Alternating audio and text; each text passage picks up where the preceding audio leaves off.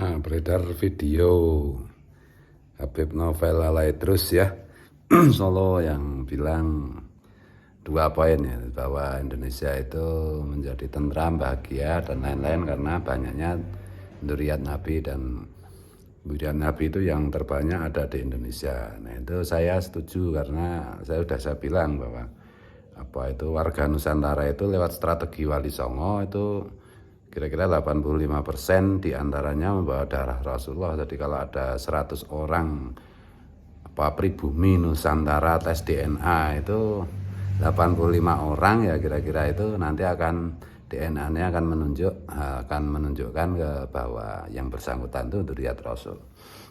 Yang kedua, dia mulai marah-marah, mulai kalap ketika dia ngomong bahwa yang mempersoalkan Habib sebagai dzurriyyat Nabi itu dia bilang seperti iblis atau malah iblis atau gimana gitu ya. Ada teman saya itu WA saya ini loh ngasih tautan itu omongannya si Novel Alaidrus ini loh yang dulu kamu anggap cerdas, pinter, keren, santun kayak begini sekarang. Saya juga jawabnya ya santai toh lah. Kalau sudah soal nasab itu ini ya tak baca dulu ya. Jan iki loh yang dipuji Pak Kiai ternyata podo ae malah lebih parah. Ini loh yang dulu dipuji-puji Pak Kiai ternyata sama aja malah lebih parah. Aku jawab teman saya kan, sahabat saya kan sambil pakai emotion ketawa ngakak, aku yang jawabnya ketawa ngakak. Saya jawab ini gara-gara nasab, kita aslinya kabeh mereka. Gara-gara urusan nasab itu ya mereka itu semuanya kelihatan aslinya itu. Kebuka kata teman saya. Jadi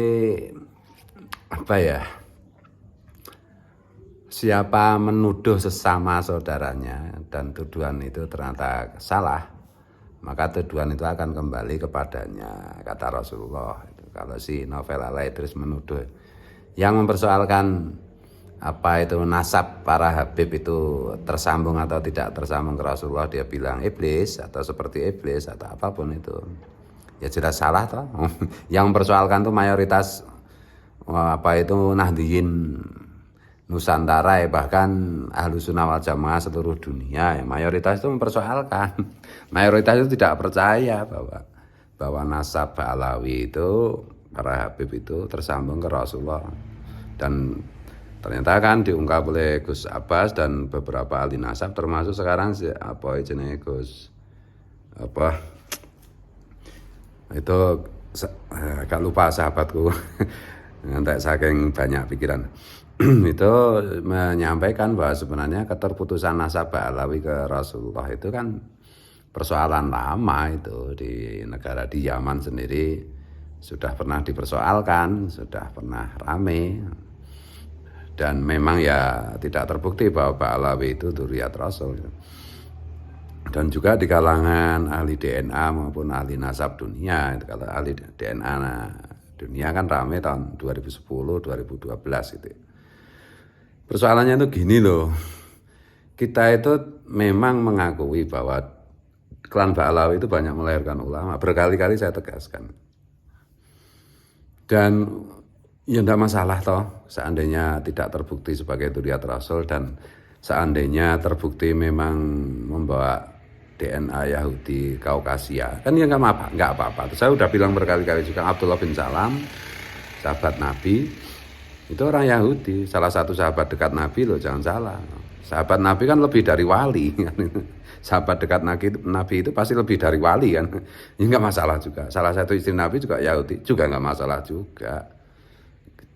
Tapi kalau sekali lagi kalau soal dzurriyyat Rasul dan klaim dzurriyyat Rasul itu untuk merusak agama Rasul itu sendiri, ya itu sampai dimanapun, sampai kapanpun ya akan dipersoalkan umat. Dan para elit yang sok pahlawan di hadapan teman-temannya atau jaringannya yang Alawi dengan memelintir fakta dan data dengan apologia yang sok ilmiah, sok canggih, saya peringatkan. Ini mayoritas Nahdliyin itu semua itu saya suka dengan angka 85% ya. 85% Nahdiyin, Aswaja, Nusantara dan dunia itu sekarang itu semua sudah tahu bahwa Ba'alawi itu bukan Dzurriyyatur Rasul.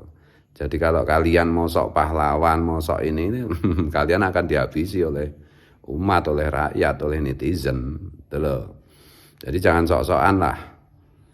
Apalagi yang sudah dilabeli ulama, ustadz, kiai, tuan guru, jangan main-main, gitu loh. Kalau zaman dulu belum ada media sosial, belum ada internet, ya publik, rakyat, umat mudah dikendalikan, mudah dibohongi, kebenaran mudah untuk disembunyikan. Tapi kalau hari ini tuh mbok serapat apapun kebenaran mau disembunyikan, mau di ini, mau di itu, tetap aja cepat sekali kebenaran itu akan menemukan jalannya. Lebih cepat daripada periode-periode sebelum ada internet gitu loh. Itu baru di hadapan manusia, baru di dunia, apalagi di akhiratan gitu loh. Ya taruhlah kalau akhiratan urusan percaya tidak percaya, kita di dunia aja lah. Jadi menurut saya konyol gitu loh.